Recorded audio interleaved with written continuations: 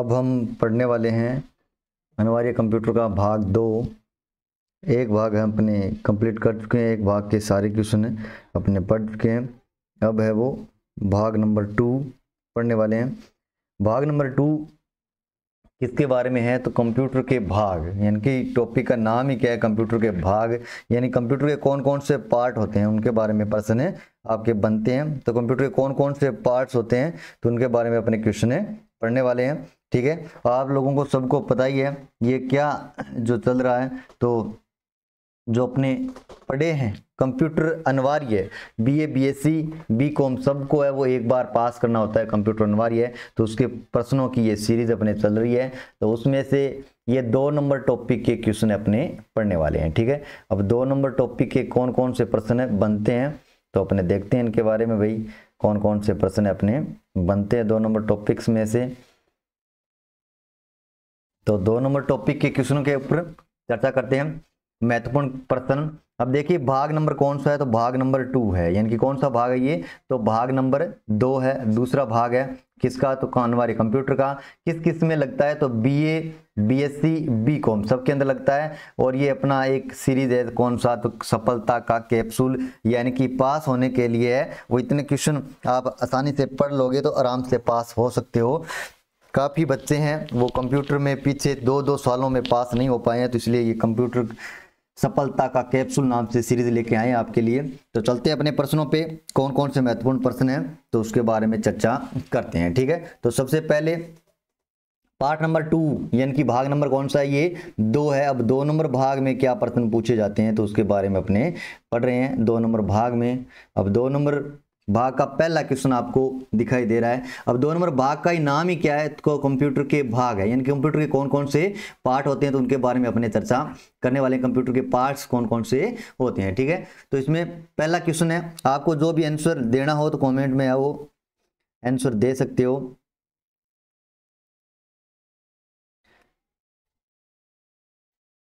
और एक बार अपने जो भी आपके साथी हैं उनको शेयर जरूर कर दीजिएगा वीडियो। तो चलते हैं, पहला क्वेश्चन क्या है अभी? तो कंप्यूटर के विभिन्न अवयव या कंप्यूटर के जो भाग हैं उनके बारे में प्रश्न क्या बनता है तो अपने देखते हैं। पहला ही प्रश्न क्या है? तो कंप्यूटर के विभिन्न अवयव एवं उनके मध्य संबंध को कंप्यूटर की खालिस्तान कहते हैं। यानी कंप्यूटर के विभिन्न प्रकार के जो भाग होते हैं तो उनके मध्य जो संबंध है उनको क्या कहते हैं, तो इनके बारे में प्रश्न है आपसे पूछा गया है। तो आप राइट आंसर दीजिएगा कमेंट के अंदर।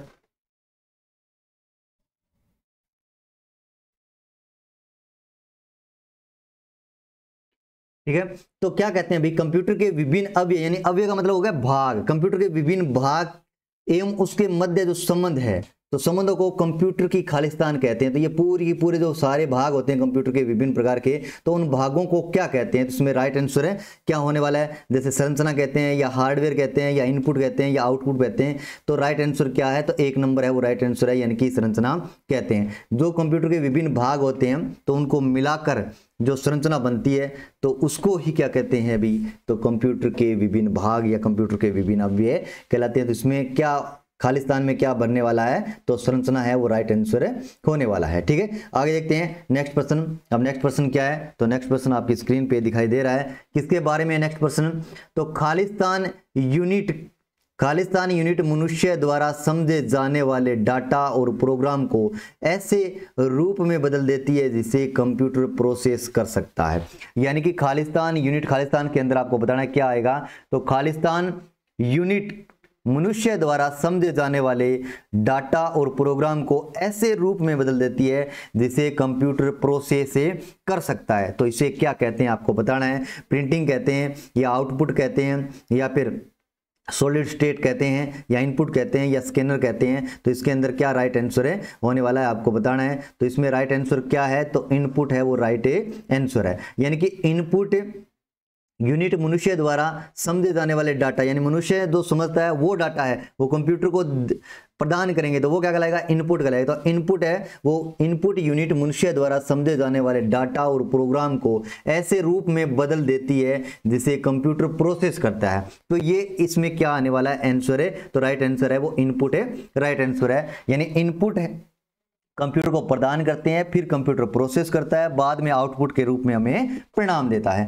ठीक है, तो इसका राइट आंसर क्या हो जाएगा, तो 4 नंबर है वो राइट आंसर है। आगे देखते हैं नेक्स्ट प्रश्न। अब नेक्स्ट प्रश्न कौन सा है, तीसरा आपकी स्क्रीन पे जो दिखाई दे रहा है किसके संबंध में है, तो निम्न में से क्या, अब निम्न में से क्या कंप्यूटर सिस्टम के कार्य करने के लिए सर्वाधिक जरूरी है। तो कंप्यूटर सिस्टम में कार्य करने के लिए सबसे ज़्यादा जरूरी क्या है, तो वो चीज़ आपको बतानी है। अब सबसे ज़्यादा जरूरी क्या चीज़ें हैं, तो इसके बारे में बात करें तो पहला ऑप्शन कौन सा है, तो इनपुट इकाई है, दूसरा आउटपुट इकाई है, चौथा है स्टोरेज सिस्टम है या मॉनिटर है। तो कंप्यूटर के लिए सबसे पहले क्या देने होते हैं, क्या चाहिए कंप्यूटर को, तो सबसे पहले निर्देश दिए जाते हैं। क्या दिए जाते हैं, तो निर्देश दिए जाते हैं, और निर्देश को क्या कहते हैं, तो इनपुट कहते हैं। क्या कहते हैं, तो इनपुट कहते हैं। तो सबसे पहले तो इनपुट यानी कि कोई ना कोई काम उड़ाना जरूरी है बहन। अब काम उड़ाना जरूरी है मतलब इसको क्या कहेंगे, तो इनपुट इकाई कहेंगे। ठीक है, तो निम्न में से क्या कंप्यूटर सिस्टम के कार्य को करने के लिए सर्वाधिक जरूरी अव्यय है, तो सबसे पहले तो निर्देश दिए जाने जरूरी है, उसके अनुसार ही तो वह कार्य करेगा। तो इनपुट इकाई आंसर इसका राइट होने वाला है, या फिर इसको क्या कह सकते हैं, अपने निर्देश भी लिखा मिल सकता है। ठीक है, तो आगे देखते हैं नेक्स्ट प्रश्न। अब नेक्स्ट प्रश्न क्या है अभी, तो 4 नंबर प्रश्न आपकी स्क्रीन पे, निम्न में से इनपुट आउटपुट तथा प्रोसेसिंग डिवाइस साथ मिलकर क्या निरूपित करते हैं। यानी इनपुट भी आ जाए, आउटपुट भी आ जाए, प्रोसेसिंग भी आ जाए, तो ये सारे मिलकर है वो क्या कहलाते हैं, आपको आंसर बताना है। मोबाइल डिवाइस कहलाते हैं, या सर्किट बोर्ड कहलाते हैं, या कंप्यूटर सिस्टम कहलाते हैं, या फिर इंफॉर्मेशन प्रोसेसिंग साइकिल कहलाते हैं, या फिर कंप्यूटर प्रोसेसिंग यूनिट कहलाते हैं। तो इसमें से क्या राइट है आंसर होने वाला है, आप कमेंट में बता सकते हो। तो इसका राइट जो आंसर है कौन सा है, तो 3 नंबर राइट आंसर है, यानी कंप्यूटर सिस्टम में कहलाता है। यानी कि सारी इकाइयां आ गई है, एक तो सबसे पहले तो कौन सा आ गया, इनपुट यूनिट आ गई है, दूसरी आउटपुट आ गई है, तीसरी आ गई है प्रोसेसिंग। अब ये 3 ही क्या होते हैं, भाग होते हैं। कंप्यूटर के कितने भाग होते हैं, तो 3 भाग होते हैं। अब ये भाग की बात, भाग का ही अपना चैप्टर है, तो भाग की बात करें तो कितने भाग होते हैं भाई, 3 भाग होते हैं। 3 भागों से मिलकर कंप्यूटर कार्य करता है। सबसे पहला कौन सा होता है, तो इनपुट होता है। पहला कौन सा होता है, इनपुट होता है। इनपुट के द्वारा है वो निर्देश दिए जाते हैं। क्या दिए जाते हैं, निर्देश दिए जाते हैं कंप्यूटर को कार्य करने के लिए। अब ये निर्देश किसके रूप में होता है, ये भी प्रश्न आ जाता है, तो ये डाटा के रूप में होता है। किसके रूप में होता है, तो ये निर्देश है वो डाटा के रूप में होता है। डाटा 2 प्रकार के होते हैं, एक न्यूमेरिकल होता है, एक है नॉन न्यूमेरिकल होता है, यानी कि जिसमें नंबर होता है वो न्यूमेरिकल है, नॉन न्यूमेरिकल जिसमें नंबर है नहीं होता है। ठीक है, फिर 2 नंबर पे आता है आउटपुट। अब आउटपुट 2 नंबर पे इनपुट, इनपुट के बाद में 2 नंबर पे आएगा प्रोसेसिंग। 2 नंबर पे क्या आएगा, प्रोसेसिंग आएगा। अब यानी कि कंप्यूटर को जो अपने निर्देश दिए हैं, अब निर्देश देने के बाद में कंप्यूटर क्या करता है, उस पर प्रोसेस करता है, कार्य करता है। तो वो कार्य करने की जो प्रक्रिया वो क्या कहलाती है, प्रोसेसिंग कहलाती है। तो सबसे पहले अपने कंप्यूटर को निर्देश दिए, 1 नंबर भाग। दूसरा कौन सा, तो प्रोसेसिंग, उस पर कार्य करता है। और तीसरा भाग कौन सा होता है, तो 3 नंबर पे प्रोसेस करने के बाद में जो अपने को परिणाम प्राप्त होता है वो क्या कहलाता है, तो आउटपुट कहलाता है। क्या कहलाता है अभी, तो आउटपुट कहलाता है। अब आउटपुट क्या हो गया अभी, परिणाम। अब इसमें सीधा लिखा मिल सकता है क्या, तो परिणाम भी लिखा मिल सकता है, परिणाम। अब परिणाम को क्या कहते हैं, आउटपुट कहते हैं। ये भी किसके रूप में मिलता है, तो ये डाटा के रूप में ही मिलता है। कंप्यूटर है वो डाटा के रूप में ही अपने को परिणाम देता है। ठीक है, और जिसके ऊपर परिणाम देता है वो क्या हो जाएगी, तो आउटपुट इकाई हो जाएगी। और जिसके द्वारा इनपुट दिए जाते हैं या निर्देश दिए जाते हैं वो इनपुट इकाई हो जाएगी। ठीक है, तो इस प्रकार से वेरी सिंपल है ये चीजें अपने। देखते हैं नेक्स्ट प्रश्न। अब नेक्स्ट प्रश्न कौन सा है, तो 5 नंबर क्वेश्चन। अब 5 नंबर क्वेश्चन का क्या राइट आंसर होने वाला है आपको बताना है। निम्नलिखित में से कंप्यूटर का मुख्य भाग कौन सा है, यानी कंप्यूटर का इनमें से कौन सा है वो मुख्य भाग है, ये चीज आपको बतानी है। कौन सा है वो मुख्य भाग है, जैसे सिस्टम यूनिट मुख्य भाग है, या कीबोर्ड मुख्य भाग है, या माउस है, या मॉनिटर है। तो क्या है वो कंप्यूटर का मुख्य भाग है, तो राइट आंसर क्या हो जाएगा इसमें, तो 1 नंबर राइट हो जाएगा। यानी कि सिस्टम यूनिट है वो क्या होती है, अभी कंप्यूटर का मुख्य भाग होती है, और इसके तहत ये वो कंप्यूटर क्या करता है, कार्य करता है। ठीक है, अब ये कीबोर्ड आ गया है, माउस आ गया है। तो कीबोर्ड तो इनपुट इकाई है, कीबोर्ड इनपुट इकाई है जिससे निर्देश देते हैं। माउस भी इनपुट इकाई है, लेकिन मॉनिटर है वो कौन सी, तो आउटपुट इकाई है। ठीक है, तो इस प्रकार से आप इनपुट आउटपुट के बारे में भी साथ में समझते जाएंगे। आगे देखते हैं नेक्स्ट प्रश्न। अब नेक्स्ट प्रश्न कौन सा है, तो निम्न में से कौन सा, यानी प्रश्न नंबर 6, निम्न में से कौन है जो कंप्यूटर के सभी भौतिक भागों को रखता है। यानी इनमें से कौन सा है जो कंप्यूटर के सभी भौतिक भागों को रखता है, संजोए रखता है या एक साथ रखता है, तो वो बताना है आपको।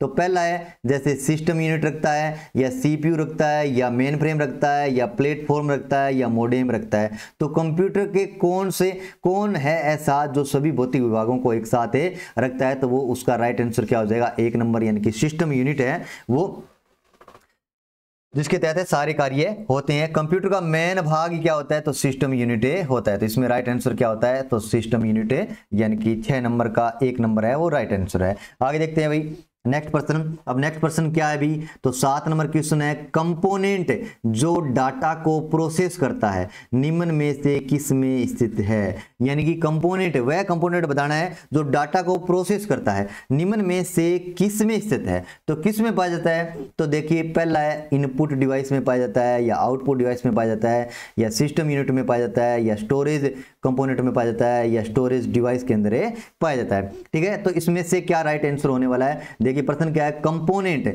जो डाटा को प्रोसेस करता है, यानी प्रोसेसिंग का कार्य करता है, वो बताना है आपको। तो इनमें से कौन सा प्रोसेसिंग करता है, इनपुट डिवाइस बिल्कुल नहीं करता है, इनपुट से तो निर्देश दिए जाते हैं, इनपुट से तो निर्देश दिए जाते हैं, ये नहीं हो सकता है। फिर आउटपुट, जो निर्देश दिए थे उसके बाद प्रोसेस होने के बाद जो परिणाम प्राप्त होता है वो आउटपुट कहलाता है, तो ये भी नहीं हो सकता। फिर 3 नंबर है सिस्टम यूनिट, तो सिस्टम यूनिट है वो राइट आंसर है, क्योंकि कंपोनेंट है उसके अंदर प्रोसेस करने का कार्य कौन करता है, तो सिस्टम यूनिट जो सीपीयू के अंदर होती है वो प्रोसेस करने का कार्य करती है। तो राइट आंसर क्या है इसके अंदर है, तो सी नंबर, 3 नंबर है वो राइट आंसर है। फिर स्टोरेज डिवाइस, अब ये स्टोरेज तो मेमोरी का पार्ट आ जाता है। फिर स्टोरेज कंपोनेंट है, तो ये क्या है, मेमोरी के पार्ट है। ठीक है, तो इसमें से जो पूछा गया उसका राइट आंसर कौन सा है, तो सिस्टम यूनिट है, जिसके ऊपर पूरा कंप्यूटर है वो कार्यरत रहता है, तो वो आंसर होने वाला है सिस्टम यूनिट है। आगे देखते हैं नेक्स्ट प्रश्न कौन सा, तो नेक्स्ट प्रश्न है कंप्यूटर के सीपीयू के भाग हैं। अब कंप्यूटर का जो सीपीयू होता है उसके कितने भाग होते हैं, कौन कौन से भाग हैं वो आपको बताने हैं। ठीक है, तो इसमें से जैसे पहला है इनपुट है, आउटपुट है, प्रोसेसिंग है। फिर है कंट्रोल यूनिट, 2 नंबर में कंट्रोल यूनिट है, प्राइमरी स्टोरेज, सेकेंडरी स्टोरेज। फिर है कंट्रोल यूनिट है, अर्थमेटिकल लॉजिकल यूनिट है, प्राइमरी स्टोरेज है। फिर है नेक्स्ट 4 नंबर पे कौन सा, कंट्रोल यूनिट है, प्राइमरी स्टोरेज है। तो इनमें से कौन सा है वो कंप्यूटर के सीपीयू के भाग है, सीपीयू का भाग बताना है। अब सीपीयू के 3 भाग होते हैं, सीपीयू के कितने भाग होते हैं, कंप्यूटर के वैसे 3 भाग होते हैं, कंप्यूटर के 3 भाग होते हैं। कंप्यूटर के तो कितने भाग होते हैं, तो 3 भाग होते हैं। वैसे सीपीयू के भी कितने भाग होते हैं, तो सीपीयू के भी 3 भाग होते हैं। ठीक है, तो सीपीयू के 3 भागों में कौन कौन से होते हैं, तो इसमें से राइट आंसर कौन सा है, तो ये 3 नंबर है वो क्या है भी राइट आंसर है। क्या, तो कंट्रोल यूनिट, पहली सीपीयू का भागों में पहली कौन सी आती है, तो कंट्रोल यूनिट आती है। उसके बाद में 2 नंबर पे कौन सी आती है, तो अर्थमेटिकल लॉजिकल यूनिट, जिसको एएलयू बोलते हैं, तो ये आती है। फिर तीसरी कौन सी आती है, तो प्राइमरी स्टोरेज या फिर स्टोरेज या फिर मेमोरी कहते हैं जिसको, तो मेमोरी आती है। इन सीपीयू कितने भाग होते हैं, 3 भाग होते हैं। तो पहला भाग कौन सा है, तो कंट्रोल यूनिट है, सीयू बोलते हैं इसको, कंट्रोल यूनिट है। अब दूसरा भाग कौन सा है, तो दूसरा एएलयू यानी अर्थमेटिकल लॉजिकल यूनिट है। ठीक है, तो एएलयू है। अब तीसरा क्या होता है, तो तीसरी होती है मेमोरी, तीसरी क्या होती है, मेमोरी होती है। अब मेमोरी के अंदर है वो 2 प्रकार की होती है, जैसे इंटरनल है ये फिर एक्सटर्नल है, तो आंतरिक और बाह्य मेमोरी भी होती है।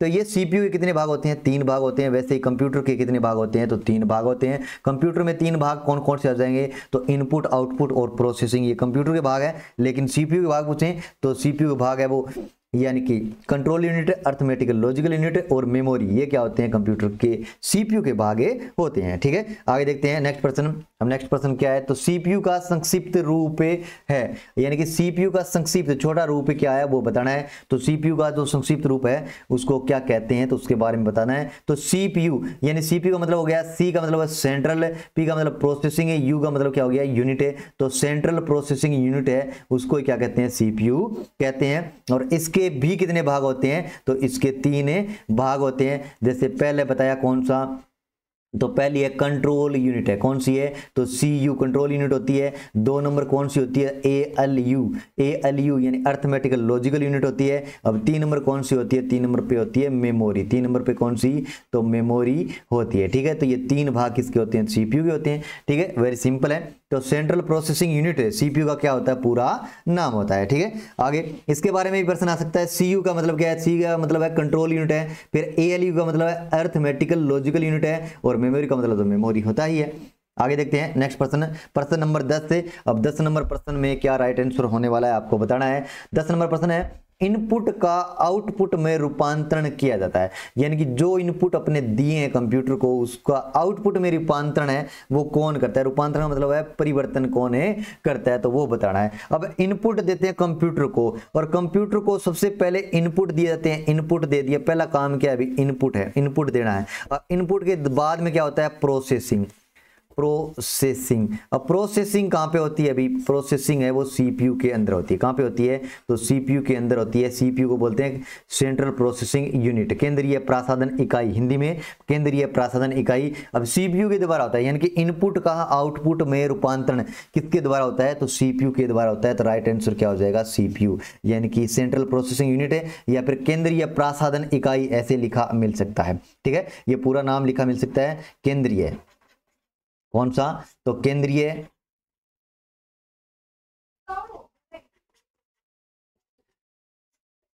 प्रसाधन इकाई, केंद्रीय प्रसाधन इकाई, इस प्रकार से भी लिखा मिल सकता है। ठीक है, तो चलते हैं नेक्स्ट प्रश्न पे।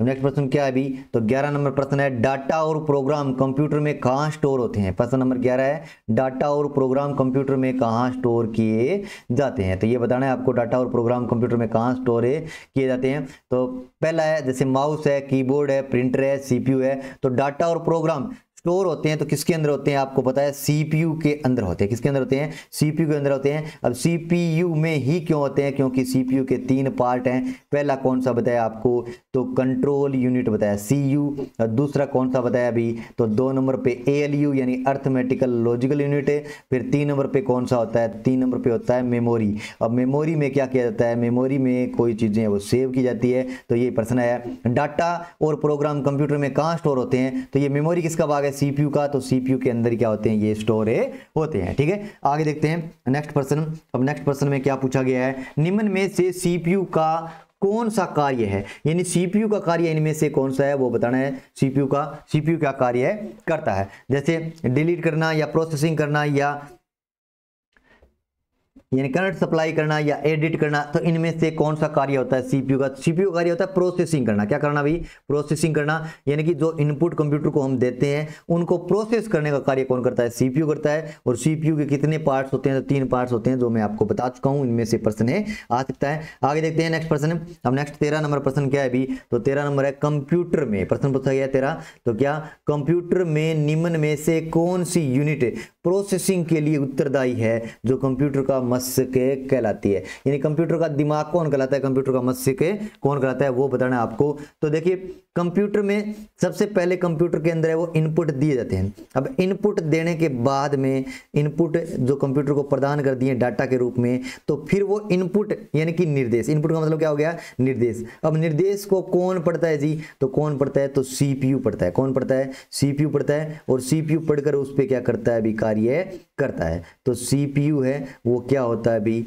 तो मुख्य कार्यकर्ता होता है। इसी कारण इसमें कंप्यूटर में निम्न में से कौन सी यूनिट है वो प्रोसेसिंग के लिए उत्तरदायी है। प्रोसेस कौन करता है, तो CPU प्रोसेस करता है। इसमें राइट आंसर क्या हो जाएगा, तो 1 नंबर है वो राइट आंसर है। ठीक है, आगे देखिए प्रश्न नंबर नेक्स्ट 14 नंबर है। अब 14 नंबर में क्या पूछा गया है, कंप्यूटर में प्रयोग होने वाली CPU चिप खालिस्तान से बनी होती है। ये महत्वपूर्ण प्रश्न है, बहुत बार आता है। यानी कि कंप्यूटर में जो चिप यूज होती है वो किसकी बनी होती है, तो आप आंसर दे सकते हो कमेंट के अंदर। तो जो कंप्यूटर के अंदर जो चिप बनी होती है वो किसकी बनी होती है, तो सिलिकॉन की बनी होती है। वो सिलिकॉन है वो सबसे ज़्यादा कहाँ पे निकाली जाती है, तो अपने भारत में बेंगलोर में। कहाँ पे, तो बेंगलोर में निकलती है। और इसी कारण है वो बेंगलोर को क्या कहते हैं अपने, तो बेंगलोर को सिलिकॉन सिटी के नाम से भी जाना जाता है। ठीक है, आगे देखते हैं नेक्स्ट प्रश्न। अब नेक्स्ट प्रश्न क्या है अभी, 15 नंबर प्रश्न आपकी स्क्रीन पे।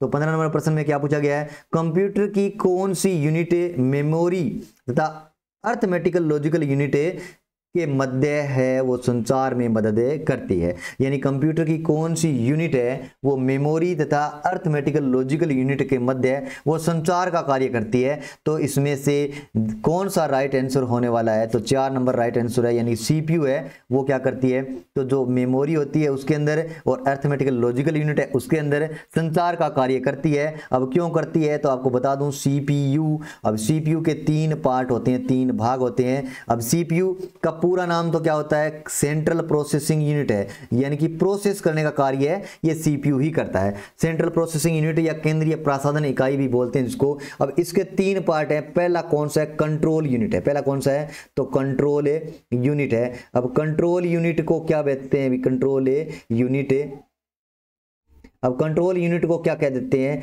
तो सीधा ही सी यू लिख देते हैं। क्या लिख देते हैं अभी, सी यू लिख देते हैं। तो पहला था कंट्रोल यूनिट है। अब 2 नंबर पे क्या होता है तो 2 नंबर पे है वो ए एल यू लिखा जाता है, यानी अर्थमेटिकल लॉजिकल यूनिट है। पूरा नाम है क्या है इसका, अर्थमेटिकल लॉजिकल यूनिट होती है। फिर 3 नंबर पे कौन सी होती है तो 3 नंबर पे इसकी भाग होता है मेमोरी। कौन सा होता है, मेमोरी। अब ये तीनों भागों पर नियंत्रण करने का कार्य कौन करता है तो ये सीपीयू करता है, यानी कि सारा काम किसमें होता है, सीपीयू होता है। अब देखिए कंप्यूटर की कौन सी यूनिट मेमोरी और अर्थमेटिकल, यानी मेमोरी और अर्थमेटिकल यूनिट ये है, अर्थमेटिकल लॉजिकल यूनिट ये है। तो इनके मध्य है वो संचार का कार्य करता है। तो इन दोनों के मध्य संचार कार्य कौन करेगा तो जो सीपीयू है वो इसके मध्य क्या करता है, संचार का कार्य करता है। ठीक है, तो आगे देखते हैं प्रश्न नंबर नेक्स्ट है।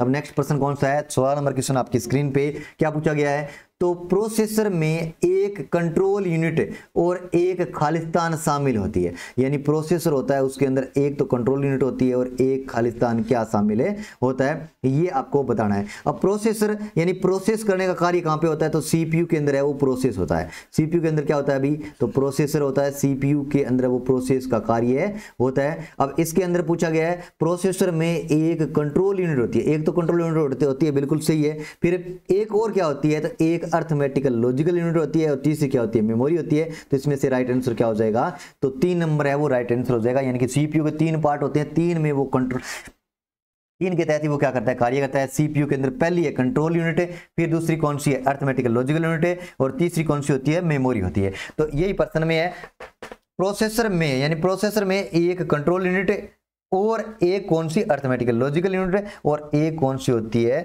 तो कंट्रोल यूनिट होती है और एक मेमोरी होती है। ये 3 होते हैं, तो 3 भागों के मध्य है वो नियंत्रण रखने का कार्य कौन करता है तो ये सीपीयू के माध्यम से क्या की जाती है, प्रोसेस से की जाती है। ठीक है, आगे देखते हैं नेक्स्ट प्रश्न। अब नेक्स्ट प्रश्न क्या है अभी तो 17 नंबर क्वेश्चन, एएलयू के मुख्य फंक्शन का कार्य है। अब एएलयू के मुख्य फंक्शन का क्या कार्य है आपको बताना है। एएलयू का मुख्य फंक्शन के कार्य क्या है तो आपको राइट आंसर देना है, जिसमें एएलयू क्या कार्य करता है तो आपको बता दिया जो सीपीयू होती है उसका, सीपीयू होता है कंप्यूटर का, उसके 3 पार्ट होते हैं। कितने पार्ट होते हैं अभी, 3 पार्ट होते हैं। सबसे पहला कंट्रोल यूनिट होती है, सबसे पहले कंट्रोल यूनिट यानी कि जिसको बोलते हैं सीयू यानी कंट्रोल यूनिट। अब 2 नंबर पे कौन सा होता है तो 2 नंबर पे होता है वो एएलयू होता है। कौन सा, एएलयू यानी अर्थमेटिकल लॉजिकल यूनिट है। और तीसरा कौन सा होता है तो मेमोरी होता है। कौन सा होता है तो मेमोरी होता है। तीसरी कौन सी होती है तो मेमोरी होती है। अब ये 3 पार्ट किसके, सीपीयू के हैं। ठीक है, अब इसके अंदर प्रश्न में पूछा गया एएलयू के मुख्य फंक्शन का कार्य है। अब इस एएलयू का क्या कार्य होता है, अर्थमेटिकल लॉजिकल यूनिट का क्या कार्य होता है तो ये आपको इसमें से बताना है। तो इसमें से राइट आंसर कौन सा है तो 1 नंबर ही राइट है, यानी कि अर्थमेटिकल और लॉजिकल ऑपरेटर्स को क्या करना है, प्रदर्शित करने का कार्य है वो किसका होता है तो एएलयू का ये कार्य होता है। ठीक है, आगे देखते हैं नेक्स्ट प्रश्न। अब नेक्स्ट प्रश्न क्या है भाई तो नेक्स्ट प्रश्न के बारे में चर्चा करें। 18 नंबर क्वेश्चन,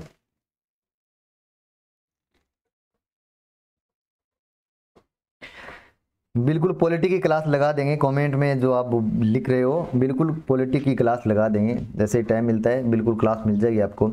देखिए आगे नेक्स्ट प्रश्न है 18 नंबर, कंप्यूटर का कौन सा भाग कैलकुलेटिंग एवं कंपेयरिंग के लिए इस्तेमाल होता है तो कंप्यूटर का कौन सा भाग है जो कैलकुलेटिंग यानी कि गणना करने के लिए और कंपेयरिंग करने के लिए कौन सा भाग है उपयोगी होता है। तो जैसे नाम से स्पष्ट है कौन सा, तो इसमें से आपको आंसर बताना है। एएलयू है, कंट्रोल यूनिट है, डिस्क यूनिट है, ये मॉडर्न्स है, या फिर इनमें से कोई नहीं। तो राइट आंसर क्या होने वाला है इसका, तो जो जैसे नाम है कैलकुलेटिंग एम कंपेयरिंग। तो ALU है, ALU का पूरा नाम ही, पूरा अर्थ क्या होता है, अर्थमेटिकल लॉजिकल यूनिट है। अब ये क्या करती है, कैलकुलेशन करने का और जो गणनाएं वगैरह करते हैं तो वो कार्य करती है, और साथ में लॉजिकल जो कार्य है वो भी कौन करता है, तो ये ALU करता है। ALU किसका भाग है भी, CPU का ये भाग होता है। किसका भाग होता है, CPU का भाग होता है। और CPU के भाग में ALU का कार्य क्या है, तो जो गणनाएं वगैरह करना और तर्क शक्ति का जो थोड़ा बहुत काम होता है तो वो किसके द्वारा किया जाता है, तो ALU का मतलब है अर्थमेटिकल लॉजिकल यूनिट, ठीक है। तो इसमें से राइट आंसर क्या हो जाएगा, यानी कैलकुलेटिंग और कंपेयरिंग का कार्य कौन करता है, तो ALU करता है, अर्थमेटिकल लॉजिकल यूनिट करती है, ठीक है। आगे देखते हैं नेक्स्ट प्रश्न। नेक्स्ट कौन सा है, 19 नंबर प्रश्न। अब 19 नंबर प्रश्न में क्या पूछा गया है भाई, तो कौन सी यूनिट संयोजन डिजिटल इलेक्ट्रॉनिक सर्किट है जो इंटीजर बाइनरी संख्याओं पर अर्थमेटिकल एवं बिटवाइज ऑपरेशन करती है। तो बिटवाइज ऑपरेशन है वो इसमें से कौन करता है। अब देखिए बिटवाइज ऑपरेशन है का मतलब क्या हो गया है। अब देखिए कंप्यूटर के अंदर है वो डाटा है वो किसके रूप में सजाए जाते हैं, तो मेमोरी के अंदर है। तो जैसे भी अपने डाटा या निर्देश कंप्यूटर को देते हैं तो उन निर्देशों पे कार्य करने के लिए सबसे पहले तो कंप्यूटर क्या करता है, उन निर्देशों को सेव करता है। सबसे पहले क्या करते हैं, अपने कंप्यूटर को इनपुट देते हैं। क्या देते हैं भाई, इनपुट देते हैं। और इनपुट होते क्या है अभी, निर्देश होते हैं। अपने जो निर्देश होते हैं ना, आदेश कह दें तो निर्देश क्या होते हैं, इनपुट होते हैं। सबसे पहले ये निर्देश कंप्यूटर को दे दिए हैं। अब निर्देशों को कंप्यूटर क्या करता है, तो सबसे पहले है अपनी मेमोरी में इसको सेव करता है, ठीक है। अब सेव करने के बाद है वो कुछ कार्य करने लगता है। सबसे पहले तो क्या निर्देश दिए उसको सेव करता है। जैसे रजिस्टर के अंदर है वो सेव किया जाता है, जो सबसे फास्टेस्ट मेमोरी होती है कंप्यूटर की, रजिस्टर और केस मेमोरी सबसे फास्ट होती है। उसके अंदर है वो अस्थायी रूप से पहले सेव कर लेता है, उसके बाद में कोई कार्य करने लगता है। तो प्रश्न में क्या पूछा गया, कौन सी यूनिट संयोजन डिजिटल इलेक्ट्रॉनिक सर्किट है। अब कौन सी डिजिटल इलेक्ट्रॉनिक सर्किट है जो इंटीजर बाइनरी संख्याओं पर अर्थमेटिकल तथा बिट वाइज है वो ऑपरेशन करती है। अब देखिए आपने जो निर्देश दिए हैं वो किसके रूप में सेव होंगे, तो कंप्यूटर के अंदर है वो सबसे छोटी से छोटी इकाई क्या होती है, बिट होती है। सबसे छोटी इकाई क्या होती है, बिट होती है। अब बिट के बाद में क्या आएगी, बाइट आएगी। बिट के बाद में क्या आती है, बाइट आती है, फिर किलो बाइट आती है, फिर ऐसे अलग अलग आती जाएगी। मेगाबाइट है, टेराबाइट है, गीगाबाइट है। ये अलग अलग क्या है, मेमोरीज के प्रकार हैं। तो एक अक्षर, मान लो आपने कोई अक्षर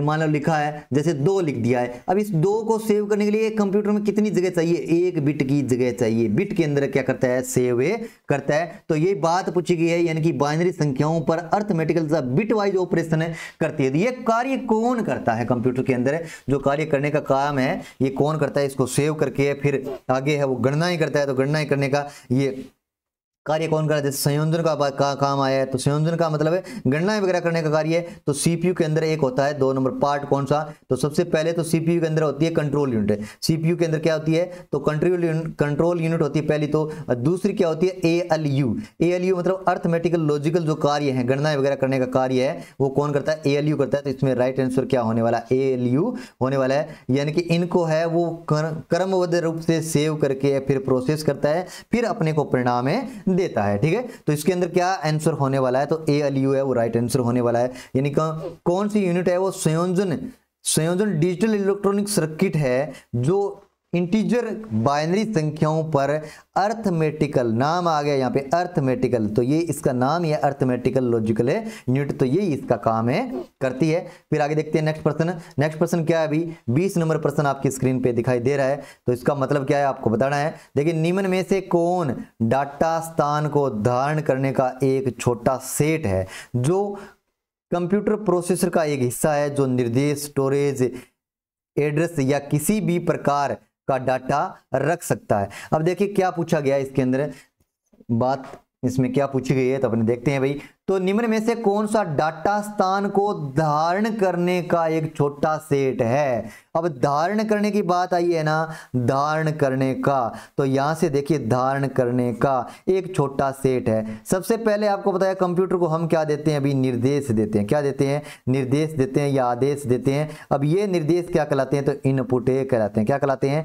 इनपुट कहलाते हैं। अब इन निर्देशों को सबसे पहले कंप्यूटर क्या करता है, तो सेव करता है। अब किसके अंदर करता है, सेव हुए तो रजिस्टर के अंदर करता है। जो सबसे फास्ट मेमोरी होती है, सबसे तीव्र गति से कार्य करने वाली मेमोरी कौन सी होती है? रजिस्टर होती है। इसके अंदर धारण करता है। धारण का मतलब क्या है? सुरक्षित करना। अब सुरक्षित करना या धारण करना बात एक ही है। तो सबसे पहले जो निर्देश दिए उनको क्या करता है? वो सेव करता है। उसके बाद है कोई प्रोसेस करता है, तो इसके अंदर राइट आंसर क्या हो जाएगा? रजिस्टर हो जाएगा। यानी कंप्यूटर में सबसे पहले जो निर्देश दिए हैं वो रजिस्टर के अंदर सेव होते हैं, फिर वो कार्य करने लगता है, वरना तो वो भूल जाएगा क्या आपने उसको है वो काम दिया है। तो सबसे पहले तो उसको निर्देश को सेव करता है, और सेव करता किस में? तो रजिस्टर के अंदर करता है। और रजिस्टर क्या होता है? तो एक मेमोरी का प्रकार है। आंतरिक मेमोरी में सबसे तेज मेमोरी होती है वो कौन सी होती है? रजिस्टर होती है। ठीक है, रजिस्टर। और दूसरी कौन सी होती है? तो केस मेमोरी। ये सबसे फास्टेस्ट काम करने वाली मेमोरी होती है। तो इसका काम ये धारण करने का काम है। जो निर्देश दिए वो धारण करता है, फिर प्रोसेस करता है। प्रोसेस करने के बाद जो आउटपुट मिलता है वो भी रजिस्टर के अंदर क्या होता है? तो एक बार धारण किया जाता है।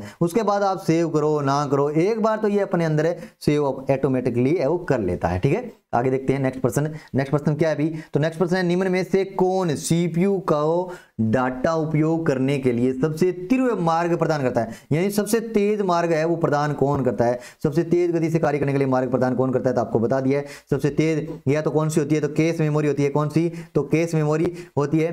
केस मेमोरी सबसे तेज होती है। या फिर ये रजिस्टर है वो क्या होता है? सबसे फास्टेस्ट काम है करता है। सबसे पहले जो निर्देश दिए हैं वो इसी रजिस्टर के अंदर क्या होते हैं? सेव होते हैं। उसके बाद में कंप्यूटर कार्य करता है। ठीक है, तो ये पूछा गया है, निम्न में से कौन सीपीयू को डाटा उपयोग करने के लिए सबसे तीव्र मार्ग प्रदान करता है? तो जो आपने निर्देश दे दिए हैं अब उस पर काम करेगा जो सीपीयू, तो थोड़ा बहुत टाइम लग जाए। तो जो निर्देश दिए हैं सबसे पहले तो रजिस्टर में क्या हो जाते हैं? सेव हो जाते हैं। उसके बाद रजिस्टर से सीपीयू है वो डाटा जो निर्देश दिए हैं वो क्रम से है वो पढ़ता जाता है, और बाद में अपना कार्य करके अब आपको परिणाम दे देता है जिसको आउटपुट कहते हैं। आउटपुट भी एक बार फिर है वो रजिस्टर में क्या होता है? सेव होता है। उसके बाद आपको दिखाया जाता है। ठीक है, तो ये सबसे फास्टेस्ट कार्य करने वाला तीव्र मार्ग प्रदान करने वाली क्या होती है? मेमोरी होती है रजिस्टर और केस मेमोरी। ठीक है, एक नंबर पे रजिस्टर, दो नंबर पे कौन सी होती है? Case memory. फिर उसके बाद में रैम रोम ये बाद में आती है। ठीक है, आगे देखते हैं नेक्स्ट प्रश्न कौन सा है? तो प्रश्न नंबर 22 नंबर प्रश्न में क्या पूछा गया है? आपको जवाब देना है भाई।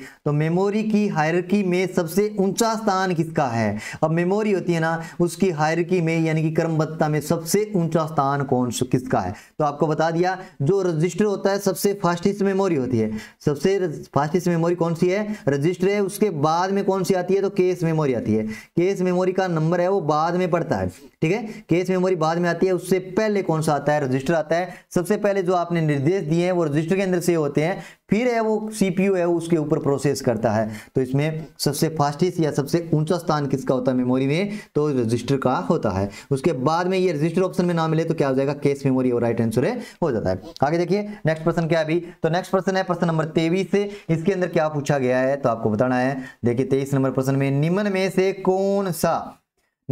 से कौन सा पद किसी भी कंप्यूटर के कंपोनेंट को दर्शाता है जिसकी किसी विशेष कार्य को संपन्न करने में आवश्यकता होती है? यानी कि निम्न में से कौन सा पद, ऐसा कौन सा पद है जो किसी भी कंप्यूटर के कंपोनेंट को दर्शाता है, यानी कि उसके भाग को दर्शाता है जिसकी किसी विशेष कार्य को संपन्न करने में क्या होती है? आवश्यकता होती है। तो वो किसको दर्शाता है? जैसे बूटस्ट्रैप है, या कर्नल है, या रिसोर्स है, या रिसोर्स कोड है, मदरबोर्ड है। तो इसमें से क्या राइट आंसर होने वाला है आपको बताना है। निम्न में से कौन सा पद किसी भी कंप्यूटर के कंपोनेंट को दर्शाता है, यानी उसके भाग को दर्शाता है जिसकी किसी विशेष कार्य को संपन्न करने में क्या होती है? आवश्यकता होती है। तो वो क्या होता है? रिसोर्स होता है, उसका क्या होता है? स्रोत होता है। इसमें राइट आंसर क्या हो जाएगा? 3 नंबर है वो राइट आंसर है। ठीक है, आगे देखते हैं नेक्स्ट प्रश्न। अब नेक्स्ट प्रश्न क्या? अभी 24 नंबर। अब 24 नंबर प्रश्न में क्या पूछा गया है? बीए फर्स्ट ईयर के एग्जाम कब होंगे? तो कब? जून जुलाई के मध्य होने वाले हैं। जल्दी आपका परिणाम आने वाला है। परिणाम के बाद है वो आपके फॉर्म अप्लाई होंगे, और उसके बाद में जो सारी प्रक्रिया जो पहले की थी आपने प्रैक्टिकल वगैरह वो होंगे। उसके बाद कहीं जाके आपके एग्जाम होंगे, और लगभग संभावना है जून जुलाई में आपके एग्जाम होने वाले हैं। और कंप्यूटर का भी एग्जाम होगा, इसलिए कंप्यूटर पढ़ लीजिएगा। कंप्यूटर का भी एग्जाम होगा, और आपको 3 सालों में से एक बार पास करना होता है, तो पहले प्रयास में ही पास कर लीजिएगा। ठीक है, तो वेरी सिंपल है, ज़्यादा कोई मुश्किल नहीं है। बहुत सारे बच्चे हैं वो इसके अंदर लटक जाते हैं। ठीक है, तो लटकना नहीं है, बिल्कुल पास कर लेना पहले प्रयास में ही। देखिए प्रश्न नंबर 24 है वो क्या है अभी? सीपीयू का वह भाग जो अन्य सभी कंपोनेंट्स की गतिविधियों को कोऑर्डिनेट करता है यानी समन्वित करता है, वो कौन सा है वो बताना है आपको। ठीक है, तो इसके अंदर क्या पूछा गया है, तो सीपीयू का वह भाग जो अन्य सभी कंप्यूटर कंपोनेंट्स की गतिविधियों को कोऑर्डिनेट करता है। तो कौन करता है, सीपीयू के सारे भागों को कौन है वो कोऑर्डिनेट करता है या निर्देशित करता है। तेरे को ये काम करना है, तेरे को ये काम करना है, तेरे को ये काम करना है, ये काम कौन करता है, यानी कि कोऑर्डिनेट मतलब क्या है, निर्देश देना, उसको निर्देशित करता है कंप्यूटर के सारे भागों को। तो वो कौन है, जैसे मदरबोर्ड है या कोऑर्डिनेट बोर्ड है या कंट्रोल यूनिट है या अरिथमेटिकल लॉजिकल यूनिट है। तो ये कोऑर्डिनेट यानी कि उसको निर्देशित करने का, उस पर कंट्रोल करने का कार्य कौन करता है, तो कंट्रोल यूनिट है, वो क्या करती है, सबको निर्देशित करने और उसको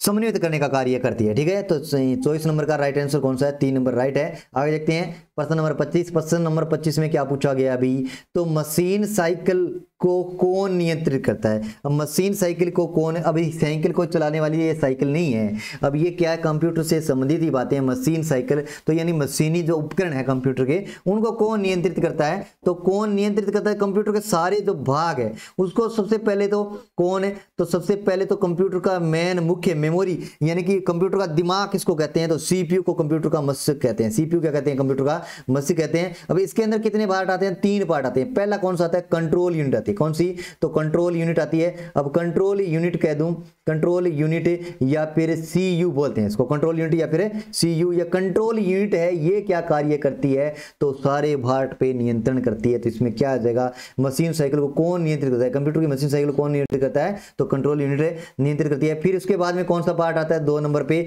2 नंबर पे आता है एएलयू, एएलयू मतलब अरिथमेटिकल लॉजिकल यूनिट आता है। और 3 नंबर पे क्या आती है, तो मेमोरी आती है, क्या होती है, मेमोरी आती है। तो 3 नंबर पे क्या है, भी मेमोरी शामिल की जाती है। ये 3 क्या है, सीपीयू के भाग होते हैं। तो बिल्कुल इजी है इसमें। आगे देखते हैं नेक्स्ट प्रश्न। नेक्स्ट प्रश्न क्या है, तो दूसरी इकाइयों को नियंत्रित करने के लिए कंट्रोल यूनिट उत्पन्न करती है। प्रश्न क्या है भी देखिए ध्यान से, प्रश्न है दूसरी इकाइयों को यानी कि अन्य इकाइयों को नियंत्रित करने के लिए कंट्रोल यूनिट उत्पन्न करती है। क्या करेगी कंट्रोल यूनिट है, अब कंट्रोल यूनिट है वो सिग्नल उत्पन्न करेगी। कौन से सिग्नल जो उसके ऊपर है वो नियंत्रित किए जा कर सके, वो सिग्नल है उत्पन्न करेगी। तो इसमें से राइट आंसर क्या हो जाएगा, 1 नंबर है वो राइट आंसर हो जाता है। यानी कि कंट्रोल सिग्नल है वो नियंत्रित इकाई है, वो इसके द्वारा है वो दिए जाते हैं। यानी कि सीयू के बारे में हो जाएगा, सीयू यानी कि कंट्रोल यूनिट। जो सीपीयू की जो पहला पार्ट है control unit, 1 number part control unit है। तो कंट्रोल यूनिट क्या करती है, तो कंट्रोल सिग्नल देती है। अब कंट्रोल सिग्नल के द्वारा प्रत्येक भाग पर क्या किया जाता है, नियंत्रण किया जाता है। आगे देखते हैं नेक्स्ट प्रश्न है। नेक्स्ट प्रश्न, प्रश्न नंबर 27। अब 27 में क्या पूछा गया अभी, तो किसी डिजिटल कंप्यूटर की कंट्रोल यूनिट को क्या कहते हैं। अब जो किसी भी कंप्यूटर की जो किसी डिजिटल कंप्यूटर की जो कंट्रोल यूनिट है उसको क्या कहते हैं, तो जो कंट्रोल यूनिट है उसको क्या कहते हैं, तो इसके बारे में आपको बताना है। जैसे क्लॉक कहते हैं या नर्वस सेटर कहते हैं या दोनों कहते हैं, फर्स्ट और सेकंड, या फिर आईसी कहते हैं। तो इसमें से राइट आंसर आपको बताना है। ठीक है, तो इसमें से राइट आंसर कौन सा हो जाएगा, 2 नंबर राइट आंसर है। अब 2 नंबर में नर्वस सेक्टर यानी कि जो अपने मानव है, मानव का जो शरीर होता है, अब शरीर के अंदर है वो तंत्रिका तंत्र है, वो क्या करता है, तो पूरा कंट्रोल करने का कार्य करता है, जिसको बोलते हैं नर्वस सिस्टम। अब नर्वस सिस्टम की टाइप से ही है, वो कंट्रोल जो यूनिट होती है कंप्यूटर की, वो नर्वस सिस्टम की तरह ही कार्य करती है। क्या करती है, नियंत्रण का कार्य करती है। इसलिए क्या हो जाएगा आंसर है, तो नर्वस सिस्टम या नर्वस सेटर दे रखा है, सेंटर नर्वस सेटर या नर्वस सिस्टम भी लिखा मिल सकता है। तो नर्वस सिस्टम में क्या है, इस पर नियंत्रण करने का कार्य करता है। आगे देखिए 28 नंबर क्वेश्चन। 28 नंबर क्वेश्चन में क्या पूछा गया अभी, तो निम्न में से कौन सा कंट्रोल यूनिट का एक कार्य नहीं है। अब कंट्रोल यूनिट का कार्य कौन सा नहीं है, अब कंट्रोल यूनिट का वो कार्य कौन सा नहीं है। साथ में प्रश्न लिखिए, कौन से प्रश्न का कौन सा आंसर है, तो प्रश्न के साथ जरूर लिखिएगा। क्वेश्चन नंबर क्वेश्चन लिखा उसके बाद में आंसर। ठीक है, तो निम्न में से कौन सा कंट्रोल यूनिट का कार्य नहीं है। अब इसमें से कौन सा है वो कंट्रोल यूनिट का है वो कार्य नहीं है। निर्देशों को पढ़ना, निर्देशों की व्याख्या करना, निर्देशों को अमल में लाना और प्रोसेस को निर्देशित करना या उपयुक्त सभी। तो इसमें से कौन सा है वो कार्य नहीं है कंट्रोल यूनिट का। अब कंट्रोल यूनिट सीपीयू का तो पार्ट आपको बताएं, सीपीयू यानी कि सेंट्रल प्रोसेसिंग यूनिट के कितने पार्ट बता दिए आपको, 3 पार्ट होते हैं। तो सबसे पहला कौन सा होता है, कंट्रोल यूनिट, जिसको बोलते हैं सीयू, कंट्रोल यूनिट है। अब इसके बारे में पूछा गया, सीयू के बारे में पूछा गया, कंट्रोल यूनिट के बारे में पूछा गया, निम्न में से कौन सा है कंट्रोल यूनिट का कार्य है, नहीं है। 4 नंबर ऑप्शन बता रहे हो, ऑपरेशन को निर्देशित करना। अब निर्देश तो करता है, कंट्रोल करने का कार्य करता है, तो निर्देश तो बिल्कुल करता है। तो निर्देशों को पढ़ना, बिल्कुल पढ़े जाते हैं, कंट्रोल यूनिट के द्वारा निर्देश पढ़े जाते हैं। जैसे आपने इनपुट दिए वो निर्देश कहलाते हैं, निर्देशों को पढ़ने का कार्य करता है। अब निर्देशों की व्याख्या करना, अब व्याख्या करने का कार्य है वो ये नहीं करता है, यानी कंट्रोल यूनिट है वो व्याख्या करने का कार्य नहीं करती है, निर्देशों का पढ़ती है, उसका पालन करती है, निर्देशों में अमल में लाना यानी कि पालन करना, पालन करती है। ऑपरेशन को निर्देशित करना तो ये भी करती है। फिर उपयुक्त सभी तो बिल्कुल नहीं हो सकता, नहीं वाला पूछा गया। क्या पूछा गया है, नहीं वाला पूछा गया है, यानी निर्देशों की व्याख्या करने का कार्य इसका नहीं होता है। आगे देखते हैं नेक्स्ट प्रश्न। नेक्स्ट प्रश्न क्या है, तो अपने 29 नंबर प्रश्न, 29 नंबर प्रश्न का क्या राइट आंसर है आपको बताना है। प्रश्न नंबर 29 है, निम्नलिखित में से क्या एक कंप्यूटर प्रणाली में एक महत्वपूर्ण सर्किटरी है जो प्रोसेसर के संचालन का निर्देशन करती है। यानी कंप्यूटर में क्या एक कंप्यूटर प्रणाली है, निम्नलिखित में से क्या एक कंप्यूटर प्रणाली में एक महत्वपूर्ण सर्किट है या सर्किटरी है जो प्रोसेसर के संचालन का निर्देशित करती है। तो प्रोसेसर के संचालन को कौन निर्देशित करता है, तो इसमें से आपको राइट आंसर देना है। जैसे मेमोरी करती है, या एड्रेस बस करती है, या फिर अर्थमेटिकल लॉजिकल यूनिट करती है, या कंट्रोल यूनिट करती है, या माइक्रो प्रोसेसर करता है। ठीक है, तो प्रोसेसर को संचालित करने का है वो कार्य कौन करता है, तो सारा जो प्रोसेस है उसको संचालित करने का कार्य है वो कौन करता है, तो कंट्रोल यूनिट के द्वारा होता है। सीपीयू की कौन सी यूनिट है, कंट्रोल यूनिट है। आपको बता दिए सीपीयू के 3 पार्ट होते हैं। पहला होता है कंट्रोल यूनिट, दूसरा होता है एएलयू, यानी पहला तो कौन सा सीयू यानी कंट्रोल यूनिट है, और दूसरा कौन सा, तो दूसरा होता है भाई एएलयू यानी अर्थमेटिकल लॉजिकल यूनिट है, एएलयू। और तीसरा कौन सा होता है, तो तीसरा होता है मेमोरी। तीसरा क्या होता है, मेमोरी होता है। और मेमोरी क्या, इसमें अंदर कोई चीजें सेव की जाती है। पहले सबसे पहले तो कंट्रोल करने का कार्य, नियंत्रण करने का कार्य कंट्रोल यूनिट करती है। ठीक है, उसके बाद में एएलयू यानी अर्थमेटिकल लॉजिकल यूनिट है वो गणना वगैरह करने का कार्य करती है। ठीक है, फिर मेमोरी, मेमोरी के अंदर क्या किया जाता है, सेव की जाती है बातें। तो यही 3 पार्ट होते हैं सीपीयू के। तो इसके अंदर पूछा गया है, निम्नलिखित में से क्या एक कंप्यूटर प्रणाली में एक महत्वपूर्ण सर्किटरी है जो कंप्यूटर के संचालन का निर्देशन करती है। अब निर्देश करने का, कंट्रोल करने का कार्य है वो कंट्रोल यूनिट के द्वारा होता है। तो राइट आंसर इसमें क्या हो जाएगा, 4 नंबर। आगे देखिए नेक्स्ट प्रश्न। अब नेक्स्ट प्रश्न क्या है,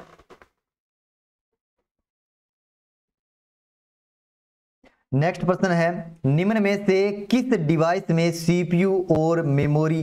अब देखिए प्रश्न क्या इसमें से अग्निवीर लिख रहे हैं भाई, क्या सर मेरा आर्मी का एग्जाम है 23 अप्रैल को, इसमें से क्या पाठ्यक्रम आता है भाई बता दीजिएगा। बिल्कुल आपको पढ़ा भी सकते हैं हम, क्या पाठ्यक्रम आता है कंप्यूटर आपके लगता है, क्या क्या और कौन से पाठ्यक्रम लगते हैं अग्निवीर के अंदर, तो बता देंगे भाई। क्या आपको 23 अप्रैल को है, 23 अप्रैल को है, 1-2 दिन बच्चे हैं। लेकिन निम्न में से किस डिवाइस में सीपीयू और मेमोरी स्थित है, निम्न में से किस डिवाइस में सीपीयू और मेमोरी होते हैं, निम्न में से किस डिवाइस के अंदर है वो सीपीयू भी होता है और मेमोरी भी होता है। तो ये पूछा गया है किसके अंतर्गत है, ये शामिल होते हैं। अब देखिए इसके अंदर जैसे रोम प्रोग्राम है, सिस्टम बोर्ड है, या फिर अर्थमेटिकल लॉजिकल यूनिट है, कंट्रोल यूनिट है, रैम प्रोग्राम है। अब इसके अंदर से आपको बताना है निम्न में से किस डिवाइस में सीपीयू और मेमोरी स्थित है। अब सीपीयू भी किसी के अंदर है और मेमोरी भी किसी के अंदर है, तो ये मेमोरी तो सीपीयू के अंदर ही होती है। मेमोरी तो किसके अंदर होती है, सीपीयू के अंदर होती है। सीपीयू किसके अंदर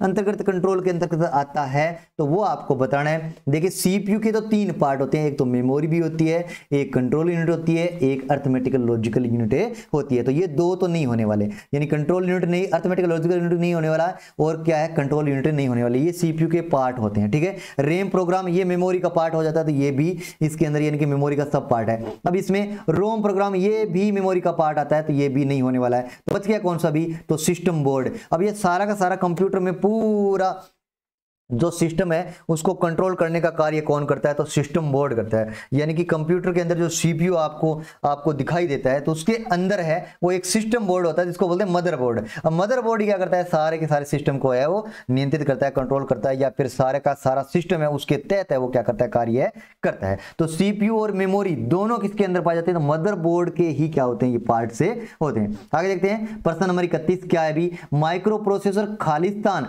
माइक्रो प्रोसेसर लाख लाखों खालिस्तान से बना होता है। तो वेरी सिंपल प्रश्न आया, क्या माइक्रो प्रोसेसर खालिस्तान लाखों से बना होता है। तो इसके अंदर बताना है आपको तो किससे बना होता है। तो देखिए सबसे पहले आपको इसके बारे में जानकारी मैं दे देता हूं। सबसे पहले बात आती है अपने कंप्यूटर की जो पीढ़ियां हैं। तो सबसे पहले एक नंबर पीढ़ी है वो कब से कब तक थी, तो 1940 से लेकर है 1956 तक। 1940 से 1956 तक प्रथम पीढ़ी कहलाती है। और इसमें किसका प्रयोग होता है, तो वैक्यूम ट्यूब का।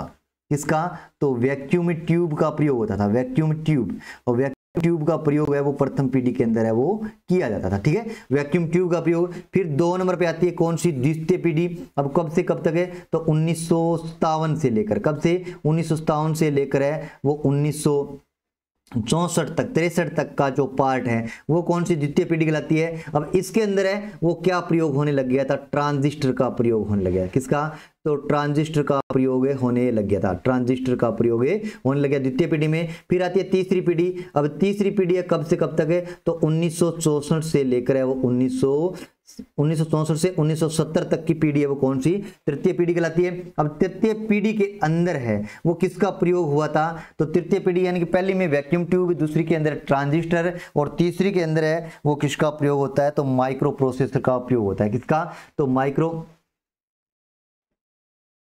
तीसरी के अंदर है, क्या कमेंट में क्या लिख रहे हो अग्निवीर, अग्निवीर ये एग्जाम है क्या आपका अभी, अग्निवीर अभी 23 अप्रैल को एग्जाम है। अच्छा,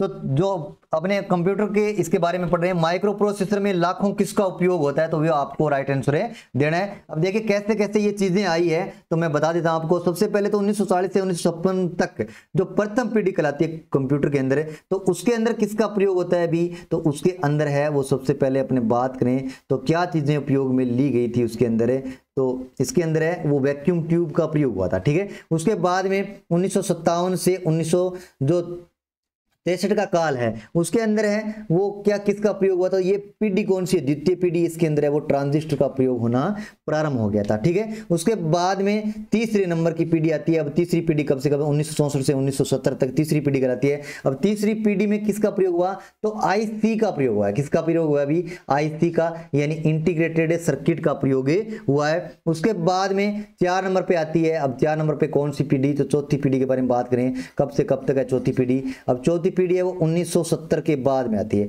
अब 1971 मान लो, 1971 या 72 मिल सकता है। 1971 से कब तक है, तो 1990 तक का जो काल है वो क्या कहलाता है, चौथी पीढ़ी कहलाती है। अब इसके अंदर है वो किसका प्रयोग होता है, तो माइक्रो प्रोसेसर का प्रयोग होता है। किसका, माइक्रो प्रोसेसर का। किसका भी, तो माइक्रो प्रोसेसर का, माइक्रो प्रोसेसर का, माइक्रो प्रोसेसर का उपयोग होता है। किसके अंदर है, तो चतुर्थ पीढ़ी के अंदर। फिर आती है पांचवी पीढ़ी। अब पांचवी पीढ़ी है 1990 के बाद में कहां तक है, वर्तमान तक है, यानी कि आज तक का जो काल है उसके अंदर पांचवी पीढ़ी में शामिल किया जाता है। अब इसके अंदर है वो वेरी लार्ज, क्या, तो वेरी लार्ज माइक्रो प्रोसेसर का उपयोग होता है। तो ये कंप्यूटर की जो विभिन्न प्रकार की पीढ़ियां हैं, तो इसके बारे में प्रश्न अक्सर आ जाता है। ठीक है, अब इसमें से हमेशा प्रश्न बनता ही बनता है, तो आपको 500 पीढ़ियां याद रखनी है।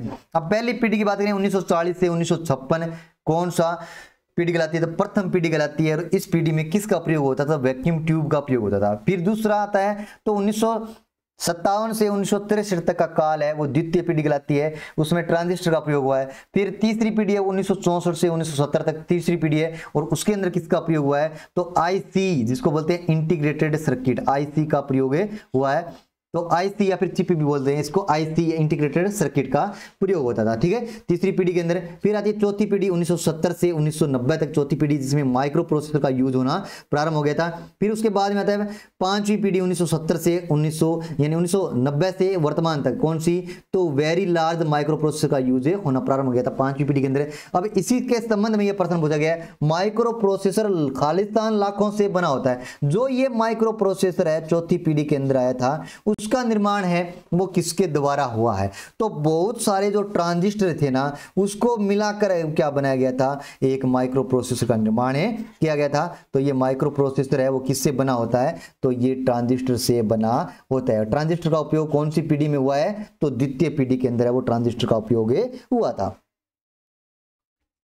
आगे देखते हैं नेक्स्ट प्रश्न। अब नेक्स्ट प्रश्न क्या है, तो 32 नंबर प्रश्न में पूछा गया है माइक्रो का माइक्रो प्रोसेसर है। अब कंप्यूटर का माइक्रो प्रोसेसर इनमें से कौन सा है, राइट आंसर बना। कंप्यूटर का माइक्रो प्रोसेसर आगे बताना है आपको, क्या आपको भरना है खालिस्तान में। तो क्या करता है अभी कंप्यूटर का माइक्रो प्रोसेसर, केवल मशीन की भाषा समझता है, या मशीनी भाषा नहीं समझता है, या मशीन और उस स्तरीय भाषा दोनों समझता है, या केवल उस स्तरीय भाषा समझता है, या उपयुक्त सभी, या फिर सारे ही बातें हैं वो राइट है। तो आपको बताना है इसके अंदर क्या राइट होने वाला है। तो जो कंप्यूटर का माइक्रो प्रोसेसर होता है, कंप्यूटर केवल मशीनी भाषा के तहत ही कार्य करता है। कौन सी, तो मशीनी भाषा, यानी कि जो निर्देश अपने देते हैं, जैसे आपने कोई भी चीजें लिखी है, जैसे कोई भी अक्षर के रूप में लिखा है, जैसे MS, कोई भी आपने अक्षर लिखा है, तो कोई भी अक्षर लिखा है तो वो सबसे पहले कंप्यूटर क्या करेगा, उसको निर्देश को चेंज करेगा। अब किस में बदलेगा भी, ये मशीनी भाषा के अंदर बदलता है, फिर बाद में है वो प्रोसेस करता है।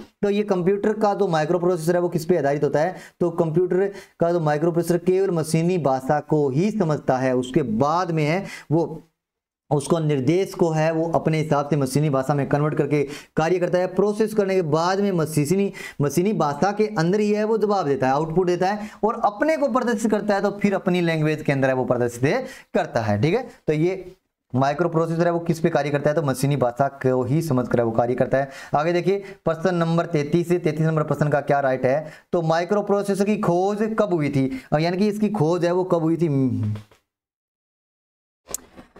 माइक्रो प्रोसेसर की खोज कब हुई थी, तो माइक्रो प्रोसेसर की खोज है वो कब हुई, 1971 में, 1975 में, 1969 में, 1980 के अंदर है। तो कब हुई थी, वेरी सिंपल है। अब सिंपल आपको बताया, पीछे चलते हैं भाई, पीछे चलते हैं, चीजें सारी याद हो जाएगी, यहीं से याद हो जाएंगी। पीछे क्या बताया था, यहाँ पे 5 पीढ़ियां बताई है। अब 5 पीढ़ियों में देखो माइक्रो प्रोसेसर का यूज कब हुआ है, तो 1971 के बाद में यूज हुआ है ना, 1971 से 1990 के बाद में माइक्रो प्रोसेसर आया 5, इसे चौथी पीढ़ी के अंदर है। तो चौथी पीढ़ी में माइक्रो प्रोसेसर का यूज हुआ है, तो इसी का आंसर क्या हो जाएगा, 1971 में यूज हुआ है, तो 1971 क्या हो जाएगा, राइट आंसर हो जाता है। ठीक है, माइक्रो प्रोसेसर की खोज कब हुई है, तो 1971 में हुई है, बिल्कुल सिंपल है, क्योंकि जैसे जिस पीढ़ी के अंदर जिस चीज का उपयोग हुआ है उसी टाइम है वो खोज हुई है, फिर उसका उपयोग होना प्रारंभ हो गया था। तो माइक्रो प्रोसेसर की खोज है 1971 में हुई थी, और 1971 से कब से, तो 1971 से लेकर वो 1990 तक की जो पीढ़ी है वो कौन सी पीढ़ी कहलाती है, ये चतुर्थ पीढ़ी कहलाती है। चौथी पीढ़ी के अंदर माइक्रो प्रोसेसर का क्या होता है, उपयोग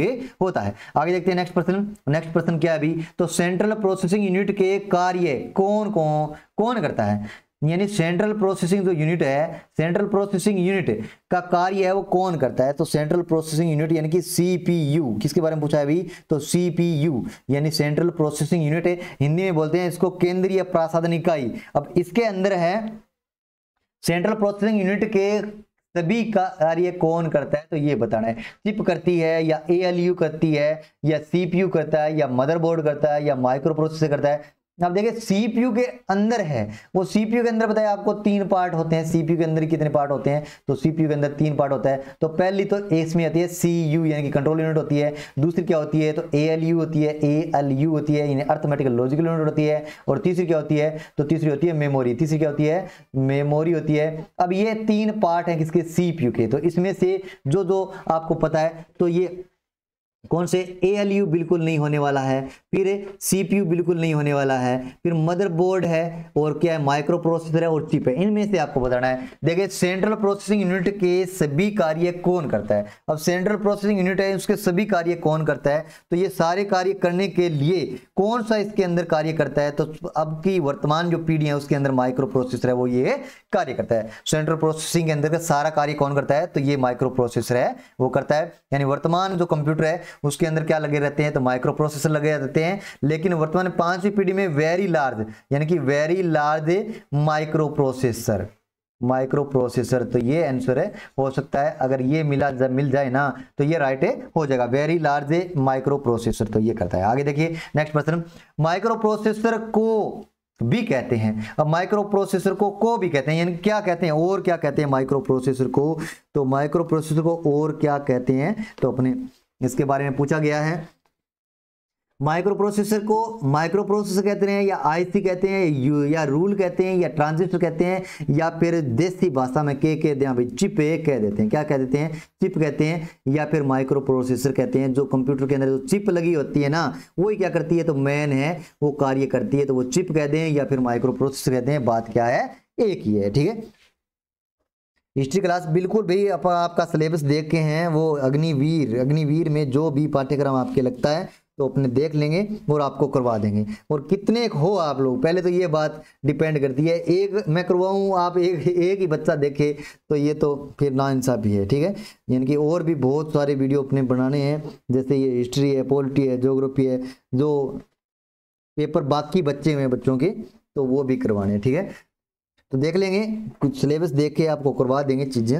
आगे देखिए नेक्स्ट प्रश्न क्या है अभी, तो नेक्स्ट प्रश्न है 36 से, निम्न में से कौन सा पहला माइक्रो प्रोसेसर था? यानी कि जो पहला विश्व के अंदर सबसे पहला माइक्रो प्रोसेसर कौन था, तो कौन सा था वो बताना है। ठीक है, तो विश्व में सबसे पहला माइक्रो प्रोसेसर कौन सा था? तो इंटेल 4004 था। कौन सा था? इंटेल 4004 था। अगर पूछ ले विश्व का पहला कंप्यूटर कौन सा था, तो मार्क फर्स्ट था। कौन सा था? मार्क फर्स्ट है, वो विश्व का पहला कंप्यूटर था, मार्क फर्स्ट है। या फिर प्रोसेसर पूछ ले तो कौन सा? इंटेल 4004 है, वो पहला प्रोसेसर था। ठीक है, आगे देखते हैं नेक्स्ट प्रश्न क्या है, प्रश्न नंबर 38 है। अब 38 के बारे में 6 बॉय, बिल्कुल भाई 6 बॉय हो हैं। तो 38 क्या है? सिस्टम यूनिट के मेन सर्किट बोर्ड को कहते हैं। अब सिस्टम यूनिट के मेन सर्किट बोर्ड होता है ना, उसको क्या कहते हैं? तो इसके अंदर जो सिस्टम यूनिट यानी कि जो पूरा कंप्यूटर जो सिस्टम के तहत कार्य करता है, उस सिस्टम यूनिट के मेन सर्किट बोर्ड को क्या कहते हैं? तो कंप्यूटर का जो सीपीयू होता है, जो आपने सीपीयू देखा है, उसके अंदर एक लगा रहता है मेन बोर्ड, जिसको क्या बोलते हैं अभी? Mother board. कौन सा बोर्ड भी? Mother board. अब मदर बोर्ड होता है, ये क्या? अभी कंप्यूटर की माँ है क्या है? मदर बोर्ड, ये क्या? कंप्यूटर की माँ है। अब माँ के अंदर क्या है? सारा काम है, ये नियंत्रण होता है। ठीक है, तो सिस्टम यूनिट के मेन सर्किट यानी मुख्य सर्किट को क्या कहते हैं? तो मदरबोर्ड है कहते हैं। राइट आंसर क्या हो जाएगा? 3 नंबर इसका राइट आंसर है, हो जाता है। यानी कि सारे कंपोनेंट्स है वो किससे जुड़े रहते हैं? तो मदरबोर्ड से जुड़े रहते हैं। और मदरबोर्ड ये मुख्य रूप से इसके तरह है, वो केंद्र है, वो कार्य करता है। जैसे सीपीयू का पूरा सिस्टम वो किसके तहत कार्यरत रहता है? मदरबोर्ड के तहत कार्यरत रहता है। आगे देखते हैं नेक्स्ट है। अब नेक्स्ट क्या है? 39 नंबर क्वेश्चन है। 39 नंबर क्वेश्चन है, निम्न में से कौन सा मदरबोर्ड का नाम नहीं है? यानी मदरबोर्ड के कौन कौन से नामों से मदरबोर्ड को जाना जाता है, इनमें से कौन सा है वो मदरबोर्ड का नाम नहीं है, ये आपको बताना है। ठीक है, अब कौन सा नाम नहीं है तो ये बताना है। जैसे सिस्टम बोर्ड कहते हैं क्या मदरबोर्ड को? तो बिल्कुल कहते हैं, सिस्टम बोर्ड कहते हैं। मैन बोर्ड, क्योंकि मुख्य बोर्ड होता है, मैन बोर्ड भी कहते हैं। फिर है कंट्रोल यूनिट है। अब कंट्रोल यूनिट है, ये तो सीपीयू का भाग है। किसका भाग है? सीपीयू का भाग होता है। यानी कंट्रोल यूनिट है वो किसका भाग है? सीपीयू का भाग है। सीपीयू के 3 भाग आपको बताए हैं, तो कंट्रोल यूनिट है वो किसका? सीपीयू का भाग होता है। तो इसमें पूछा है मदरबोर्ड का, यानी मदरबोर्ड का नाम नहीं है, तो कौन सा नहीं है? तो कंट्रोल यूनिट ही है, वो नाम है नहीं है, क्योंकि ये सीपीयू का भाग होती है, कंट्रोल यूनिट है। फिर लॉजिक बोर्ड, अब लॉजिक बोर्ड भी इसको बोलते हैं। ठीक है, तो सिस्टम बोर्ड है, मेन बोर्ड है, मदरबोर्ड है, लॉजिक बोर्ड है, ये सारे क्या है? एक ही चीज के नाम है। ठीक है, आगे देखते हैं प्रश्न नंबर 40 नंबर प्रश्न में क्या दे रखा है भाई? तो 40 नंबर प्रश्न में पूछा गया है, 40 नंबर प्रश्न, मदरबोर्ड पर चिप के लिए उपस्थित कनेक्शन पॉइंट को कहते हैं। यानी मदरबोर्ड के अंदर है वो चिप के लिए जो कनेक्शन किया जाता है ना, अब कनेक्शन पॉइंट्स को क्या कहते हैं? तो बिल्कुल सिंपल भाषा में आपको बता दूं। अब मैं कहूं यानी कि चार्जर, आपने देखा होगा मोबाइल का, ये चार्जर है, मोबाइल का क्या है? मान लो ये चार्जर है, मोबाइल का क्या है भाई? ये मोबाइल का चार्जर है। ठीक है, अब ये मोबाइल का चार्जर है और इसके अंदर यहाँ पे लगा रहता है एक भाग। ठीक है, और एक होती है वायर, और वायर के आगे वाला भाग इस प्रकार से होता है। आगे वाला भाग मान लो ये है। ठीक है, ये क्या आगे वाला भाग है जो वायर का। ठीक है, अब ये आगे वाला भाग है। ठीक है जी, तो ये आगे वाला भाग है और ये इसकी क्या है? भी वायर है। ठीक है, अब इसके अंदर पीछे भी दूसरी टाइप की एक और लगी रहती है। अब देखिए, अब इसको क्या बोलते हैं आपको?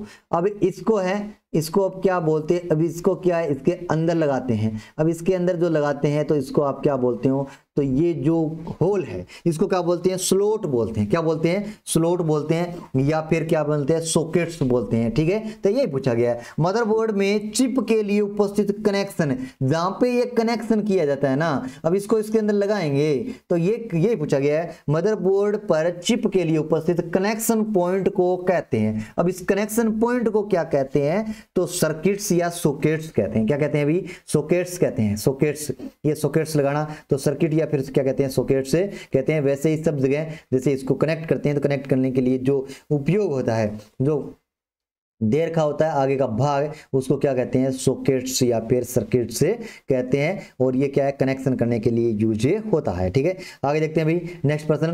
नेक्स्ट प्रश्न क्या? 41 नंबर प्रश्न आपकी स्क्रीन पे। कंप्यूटर के भागों को जोड़ने वाला मुख्य सर्किट बोर्ड कौन सा होता है? तो कंप्यूटर के भागों को जोड़ने के लिए, यानी कंप्यूटर के विभिन्न प्रकार के जो पार्ट्स हैं उनको जोड़ने के लिए जो मुख्य बोर्ड होता है ना, सर्किट बोर्ड है, उसके बारे में पूछा, वो क्या होता है? तो मुख्य बोर्ड, मेन बोर्ड कौन सा? मेन मतलब मदर बोर्ड, यानी कि कंप्यूटर की माँ। अब कंप्यूटर की माँ कौन है? अभी मदर बोर्ड है, जिसके तहत है वो सारे भाग है वो जुड़े रहते हैं। ठीक है, तो आगे देखते हैं अभी प्रश्न नंबर 42 नंबर प्रश्न में क्या पूछा गया। 42 नंबर प्रश्न है, कंप्यूटर के मदरबोर्ड पर एक्सपेंशन स्लॉट का क्या कार्य है? कंप्यूटर के मदरबोर्ड पर एक्सपेंशन स्लॉट का क्या कार्य है? तो ये आपको बताना है। कंप्यूटर के मदरबोर्ड पर एक्सपेंशन स्लॉट होती है ना, जोड़ने के लिए स्लॉट लगे होते हैं, उसका क्या कार्य होता है? तो क्या कार्य होता है? इंटरनेट, ये इंटरनल कार्ड जोड़ने के लिए या स्पेस बनाने के लिए या मदरबोर्ड को नियंत्रित करने के लिए उपयोग सभी। तो इसमें से जो ये स्लॉट होती है वो क्या करती है? तो जोड़ने के लिए कार्य होता है। क्या होता है अभी? तो इंटरनल कार्ड को जोड़ने के लिए, यानी कि कंप्यूटर के मदरबोर्ड होते हैं। मान लो ये मदरबोर्ड है और इसके अंदर बहुत सारे ये जो जगह दे रखी है जहाँ पे अपने स्लॉट ये लगाई जा सकती है। तो ये स्लॉट जो लगाने के लिए तो क्या करने का कार्य करता है? ये स्लॉट क्या करने का कार्य करता है? इसको जोड़ने के लिए कार्य करता है। यानी विभिन्न प्रकार के जो पार्ट हैं जिसको जोड़ते हैं तो जोड़ने के लिए स्लॉट का उपयोग होता है। ठीक है, तो इंटरनल कार्ड को जोड़ने के लिए स्लॉट का यूज होता है। ठीक है, आगे देखते हैं नेक्स्ट प्रश्न। नेक्स्ट प्रश्न क्या है जी? तो नेक्स्ट प्रश्न है, एक प्रोसेसर की गति किस में मापी जाती है? एक जो प्रोसेसर होता है उसकी गति किस में मापी जाती है, ये बताना है आपको। तो कोई भी प्रोसेसर है उसकी गति है वो किस में मापी जाती है? जैसे मेगाबाइट या गीगाबाइट में, तो मेगाबाइट या गीगाबाइट में, या मिली सेकेंड में, या मेगा हर्ट्ज या फिर गीगा हर्ट्ज में, नैनो सेकेंड में या गीगा हर्ट्ज में। तो एक प्रोसेसर की जो गति होती है, यानी प्रोसेस करने का जो तरीका है, वो कार्य करने की जो गति है वो किस में मापी जाती है? तो हर्ट्ज में मापी जाती है। यानी कि कंप्यूटर के जो कार्य करने की जो गतियां हैं वो किस में मापी जाती है? हर्ट्ज में। और हर्ट्ज में भी दो है, एक तो कौन सा? मेगा हर्ट्ज होता है और एक कौन सा होता है? Giga hertz. यानी मेगा हर्ट्ज में भी मापी जाती है और कौन से? गीगा हर्ट्ज में भी मापी जाती है। यानी कि एक प्रोसेसर की गति किस में मापी जाती है? तो मेगा हर्ट्ज या फिर गीगा हर्ट्ज के अंदर है वो मापी जाती है, क्योंकि प्रोसेसर है वो बहुत तीव्र गति से है वो कार्य करता है। आगे देखते हैं नेक्स्ट प्रश्न है। अब नेक्स्ट प्रश्न का आंसर दीजिएगा। क्या है? 44 नंबर प्रश्न है, कंप्यूटर में मुख्य खालिस्तान कंप्यूटर में मुख्य प्रिंटेड सर्किट बोर्ड पीसीबी है। यानी कि पूछा गया है खालिस्तान कंप्यूटर के मुख्य printed circuit board, printed circuit board मतलब पीसीबी है। तो कौन है वो पीसीबी है इसके अंदर है वो आपको बताना है। देखिए कंप्यूटर के मुख्य प्रिंटेड सर्किट बोर्ड, मुख्य बोर्ड होता है वो कौन सा बोर्ड होता है? आपको बता दिया है कौन सा? अरे कंप्यूटर की माँ। अरे कंप्यूटर की माँ कहने का भी कंप्यूटर की माँ। अब कंप्यूटर की माँ से क्या याद रखना है? Mother board. क्या याद रखना है? मदर बोर्ड है। अब मदर बोर्ड क्या है? कंप्यूटर की माँ है और इसके अंदर ही क्या है? सारा सिस्टम जुड़ा होता है। यानी सीपीयू से भी मेन कौन सा होता है? तो सीपीयू के अंदर भी मुख्य पार्ट है वो कौन सा होता है? मदरबोर्ड होता है। तो मदरबोर्ड कंप्यूटर में मुख्य प्रिंटेड सर्किट बोर्ड है। तो क्या हो जाएगा इसका? राइट आंसर है मदरबोर्ड है वो राइट आंसर है हो जाएगा। ठीक है, आगे देखते हैं नेक्स्ट प्रश्न। नेक्स्ट प्रश्न 45 में क्या पूछा गया है? निम्न में से कौन कंप्यूटर का मुख्य सिस्टम बोर्ड है? अब कंप्यूटर का सिस्टम मुख्य सिस्टम बोर्ड कौन सा होता है? तो वो आपको राइट आंसर बताना है। कंप्यूटर का मुख्य सिस्टम बोर्ड कौन सा होता है? अब मुख्य से क्या याद रखना भी? कंप्यूटर की माँ से क्या याद रखोगे? मदर बोर्ड क्या होता है? मुख्य सिस्टम बोर्ड होता है। यानी कंप्यूटर के अंदर कंप्यूटर का मेन पार्ट बात करें तो सबसे पहले कौन सा? इनपुट होता है, यानी कि निर्देश देने का काम होता है। इनपुट होता है, निर्देश देने का कार्य है तो पहला। उसके बाद में क्या होती है? प्रोसेसिंग होती है। प्रोसेसिंग होती है दूसरा। अब तीसरा क्या होता है जी? तो तीसरा प्रोसेसिंग के बाद में क्या होता है? आउटपुट होता है। आउटपुट होता है। ठीक है, ये तीन कार्य है, इनपुट निर्देश देना, प्रोसेसिंग यानी कि कंप्यूटर जो प्रोसेस करने का कार्य है ये कहाँ पे होता है, तो ये सीपीयू के अंदर होता है। किसके अंदर होता है, सीपीयू। यानी पहले तो अपने कोई निर्देश दिए, फिर क्या करता है वो प्रोसेस करता है, यानी कि उसके तहत वो कार्य करता है। अब कार्य करने का कार्य कहाँ पे होता है, सीपीयू में होता है। और सीपीयू कितने प्रकार से कार्य करता है, तो तीन पार्ट होते हैं सीपीयू के। अब पहला कौन सा, तो ये कंट्रोल यूनिट होती है, क्या, सीयू मतलब कंट्रोल यूनिट है। और दूसरी क्या होती है, एएलयू यानी कि arithmetical, ALU arithmetical logical unit है। और तीसरी क्या होती है, मेमोरी, कार्य करने के बाद किसमें शामिल से ये सेव की जाती है, तो मेमोरी के अंदर। तीसरी क्या होती है, अभी इसकी मेमोरी होती है। ये सीपीयू के पार्ट है। लेकिन प्रश्न में क्या पूछा गया, निम्न में से कौन कंप्यूटर का मुख्य सिस्टम बोर्ड होता है, मेन सिस्टम बोर्ड कौन होता है, तो इस कंप्यूटर के अंदर यानी कि सीपीयू के अंदर भी एक बोर्ड होता है जिसको बोलते हैं मदरबोर्ड, यानी कंप्यूटर की माँ होती है। और ये क्या है, ये सारा सिस्टम है वो इसके ऊपर नियंत्रण का कार्य करती है, यानी कि सारा जो सीपीयू का कार्य है वो किसके तहत होता है, मदरबोर्ड के तहत ही होता है। ठीक है, आगे देखते हैं नेक्स्ट प्रश्न। नेक्स्ट प्रश्न क्या है, 46 नंबर, इनपुट आउटपुट डिवाइसेस को दिए जाने वाले, प्रश्न है 46 नंबर, इनपुट आउटपुट डिवाइसेस को दिए जाने वाले विभिन्न निर्देश किस के द्वारा है वो ले जाए जाते हैं। यानी इनपुट आउटपुट के तहत है वो जो निर्देश कंप्यूटर को दिए जाते हैं वो किसके द्वारा ले जाए जाते हैं। अब सिंपल सी बात ये है, यानी कि कोई भी सामान लाने ले जाने के लिए क्या कार्य करता है, अभी व्यक्तियों को लाने ले जाने के लिए कौन कार्य करता है, तो बस क्या कार्य करती है, भी बस कार्य करती है। भी एक दूसरे चीजें वो भेजने के लिए बस कार्य करती है। तो वैसे इसके अंदर कौन से आ जाएगी, तो इसमें इनपुट आउटपुट डिवाइसेस को दिए जाने वाले निर्देश किसके द्वारा ले जाए जाते हैं, तो किसके द्वारा, कंट्रोल बस के द्वारा है वो ले जाए जाते हैं। कौन सी बस के द्वारा, कंट्रोल बस के द्वारा इसको कंट्रोल करके है वो ले जाया जाता है। जो भी आपने इनपुट दिया है उसको सबसे पहले है वो रजिस्ट्रार के अंदर ले जाया जाता है, रजिस्ट्रार में सेव होता है क्योंकि वो सबसे फास्ट मेमोरी होती है। उसके बाद में है वो प्रोसेसिंग करता है सीपीयू, और प्रोसेस करने के बाद में जो आउटपुट होता है फिर वो क्या है, सेव होता है किसमें, रजिस्ट्रार के अंदर, फिर अपने को आउटपुट के रूप में मिलता है। तो ये सारा इधर उधर ले जाने का कार्य कौन करता है, तो ये बस करती है। कौन करती है, ये बस करती है। और बस किस रूप में करती है, तो कंट्रोल यूनिट के द्वारा करती है। तो इसी कारण इसका नाम क्या जाता है, कंट्रोल बस। तो इसमें राइट आंसर क्या हो जाएगा, कंट्रोल बस है वो इसको लाने ले जाने का कार्य करती है। आगे देखिए नेक्स्ट प्रश्न क्या है, डाटा को स्थानांतरित करने वाली बस को क्या कहते हैं। अब डाटा को स्थानांतरित कर रही है ना, अब बस है, एक बस है जो क्या कर रही है, डाटा ले जा रही है। अब बस क्या कर रही है, भी डाटा ले जा रही है, तो क्या हो जाएगा आंसर, डाटा बस हो जाएगा। कौन सी बस हो जाएगा, डाटा बस हो जाएगा। यानी डाटा को स्थानांतरित करने वाली बस को क्या कहते हैं। अब डाटा को एक जगह से दूसरे जगह पर स्थानांतरित करने वाली बस डाटा बस कहलाती है। वेरी सिंपल है। आगे देखते हैं नेक्स्ट प्रश्न नंबर 48 से। अब 48 नंबर में क्या आंसर है, अब देखिए बस वगैरह यहाँ पे आई है, वेरी सिंपल है। जैसे आपने निर्देश दिए हैं, अब वो वायर के माध्यम से, किसी वायर के माध्यम से है वो इलेक्ट्रॉनिक रूप से गति करते हुए जाएंगे। अब इलेक्ट्रॉनिक रूप से जो गति करते हुए जाएंगे वो बोलते हैं उसको सीरियल बस। क्या बोलते हैं, सीरियल बस से। जैसे आपने कोई चिप लगी रहती है किसी के अंदर, तो उसमें देखा होगा ऐसे धातु से ऐसे बनाई होती है लाइनें। अब ये क्या है, ये सीरियल बसें हैं। ये क्या होती है, सीरियल बसें, ऐसे धातु की लाइनें लगी रहती है किसी बोर्ड के ऊपर, वो एक स्थान से दूसरे स्थान पर है वो डाटा ले जाती है। तो ये क्या है, बस है। ये सीरियल यानी कि क्रम के अंदर बस है तो वो सीरियल बस कहलाती है। वैसे डाटा को ले जाने के लिए जो बस है वो क्या कहलाती है, डाटा बस कहलाती है। ठीक है, वेरी सिंपल है, कोई मुश्किल वाली बातें नहीं है। आगे देखिए कौन सा 48 नंबर क्वेश्चन है। 48 नंबर क्वेश्चन क्या है अभी, तो 48 नंबर है सीपीयू तथा पेरिफेरल के मध्य है वो कम्युनिकेशन लाइन को कहते हैं। अब कम्युनिकेशन मतलब है स्थानांतरण या संचार का जो कार्य है, क्या, संचार। अब संचार का कार्य कौन करता है, तो ये आपको बताना है। अब संचार का कार्य बस ही करती है, एक स्थान से, संचार का मतलब एक स्थान से लाना ले जाना। अब ये कार्य कौन करेगा, अभी बस करेगी। बस में क्या है, सामान लदा और क्या है, ले गए। ठीक है, तो ये बातें हैं सीपीयू यानी कि जो सेंट्रल प्रोसेसिंग यूनिट है उसके अंदर है, और पेरिफेरल यानी कि एक दूसरे जो पार्ट है उसके अंदर है। सीपीयू और पेरिफेरल के मध्य कम्युनिकेशन लाइन को कहते हैं। जो कम्युनिकेशन संचार होता है ना, उस लाइन को क्या कहते हैं, संचार किसके माध्यम से होता है, बस के माध्यम से होता है। तो राइट आंसर क्या हो जाएगा, बस से इसके अंदर राइट आंसर है। ठीक है, आगे देखते हैं नेक्स्ट प्रश्न है प्रश्न नंबर 49 नंबर प्रश्न का क्या राइट आंसर आपको बताना है।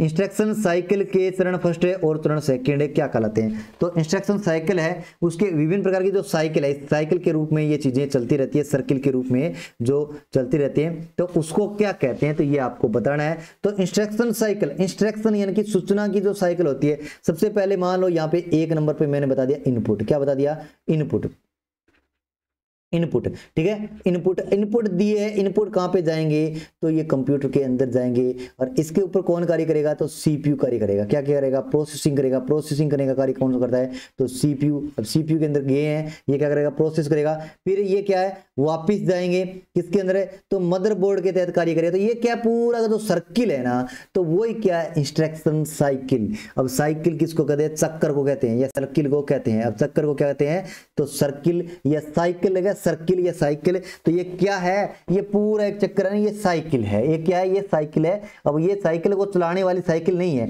वो वाली साइकिल है, नहीं है जो चलाते हो ना, वो वाली साइकिल ये नहीं है, ठीक है।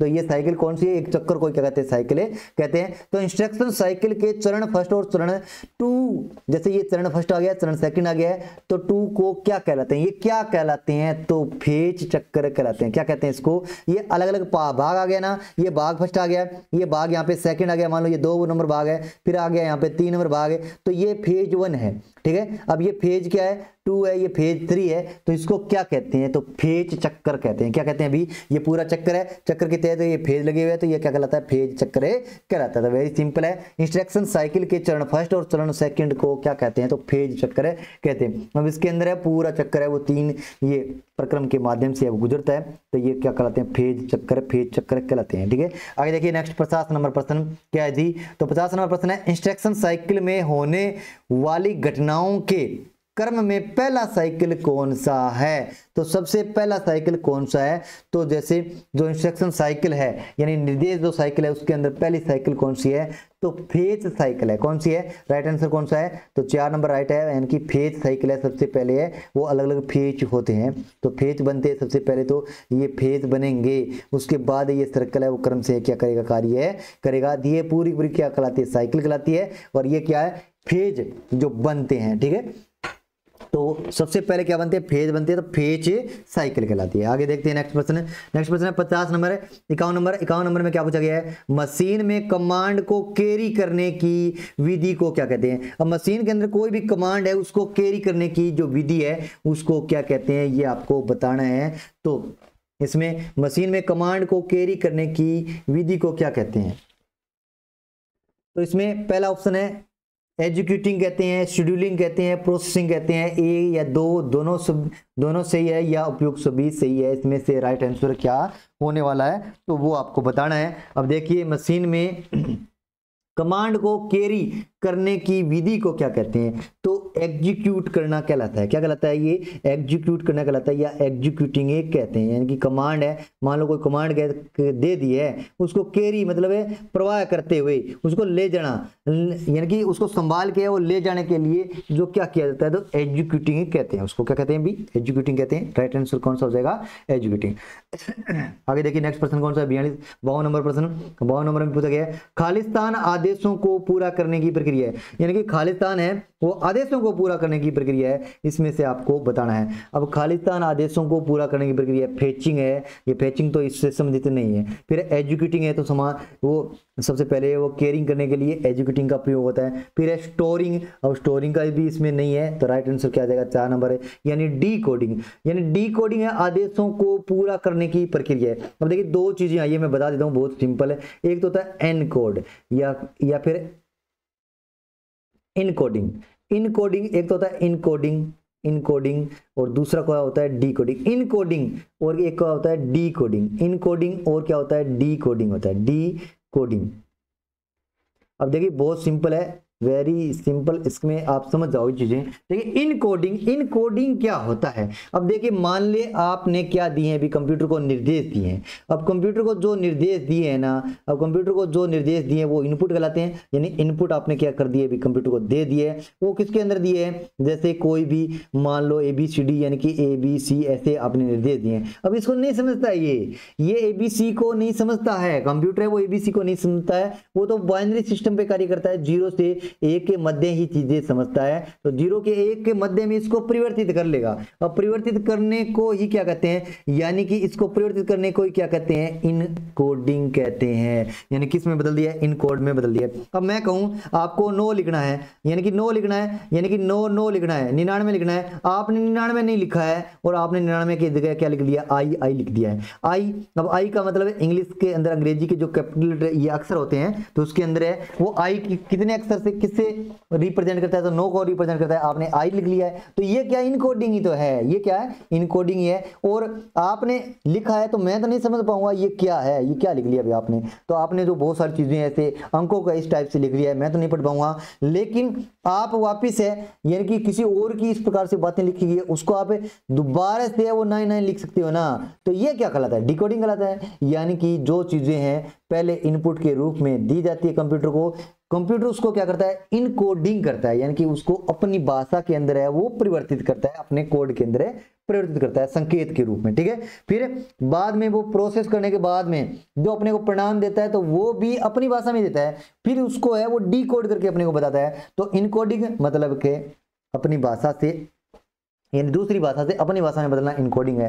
फिर डिकोडिंग यानी कि दूसरी भाषा के जो परिणाम है उसको वापस अपनी भाषा में बदलना, तो वो क्या है, डिकोडिंग कहलाता है। तो ये इनकोडिंग और डिकोडिंग क्या है, तो एक दूसरी भाषा से है वो रूप को है उसको चेंज करना, इनकोडिंग डिकोडिंग कहलाता है, या संकेत को है वो चेंज करना, इनकोडिंग डिकोडिंग कहलाता है। तो ये पूछा गया खालिस्तान आदेशों को पूरा करने की प्रक्रिया है, तो क्या इनकोडिंग आदेशों को पूरा करने की क्या है प्रक्रिया, इनकोडिंग के तहत है वो आदेश है वो अपनी भाषा में प्रेजेंट किए जाते हैं। आगे देखिए प्रश्न नंबर 53 नंबर प्रश्न में क्या पूछा गया है, तो संक्षिप्ताक्षर सीपीयू का पूर्ण रूप क्या है, यानी संक्षिप्त अक्षर है यानी छोटे जो अक्षर है संक्षिप्त अक्षर है, तो उसमें सीपीयू का पूरा नाम क्या है ये आपको बताना है यार, पूरा रूप इसका क्या है, यूपीएस, सॉरी यूपीएस है सीपीयू नहीं है, क्या है जी, तो यूपीएस है। अब यूपीएस का पूरा नाम आपको बताना है, यूपीएस का पूरा